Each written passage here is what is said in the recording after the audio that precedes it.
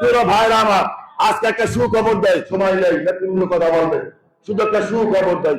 পবিত্র ঈদ উপলক্ষে ঈদের দ্বিতীয় দিন আজকে জেলা বিএনপির সংগ্রামী সভাপতি আছেন, জেলা বিএনপির সাধারণ সম্পাদক আছেন, আমার মুরব্বী সালাম বিপ্লব সহ থানা বিএনপি পৌর বিএনপি নেতৃবৃন্দ আছেন।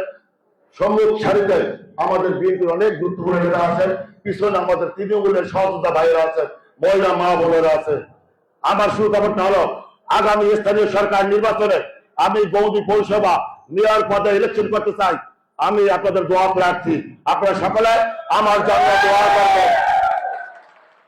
আজকে যেহেতু জেলা বিএনপি সভাপতি সেখানে না থাকলে আমি কথাটা বলতাম না, সভাপতিকে কবে পাই জানি না, এজন্য আমি দোয়াটা আপনাদের মাধ্যমে নিয়ে নিলাম। এবং আমি দূর সময় ইলেকশন করেছি 2009 সালে 4-1 হিসেবে আমি চেয়ারম্যান ইলেকশন করেছি। আপনারা জানেন আমাদের দূর সময় আমাদের দোষের ধান ভাই ইলেকশন করেছে, আমাদের দূর সময় শফিক রহমান সাবন সাবেক ছাত্রদল যুবনেতা ও ইলেকশন করেছে, আর দূর সময় আলা জাবুল সিনহা ইলেকশন করেছে।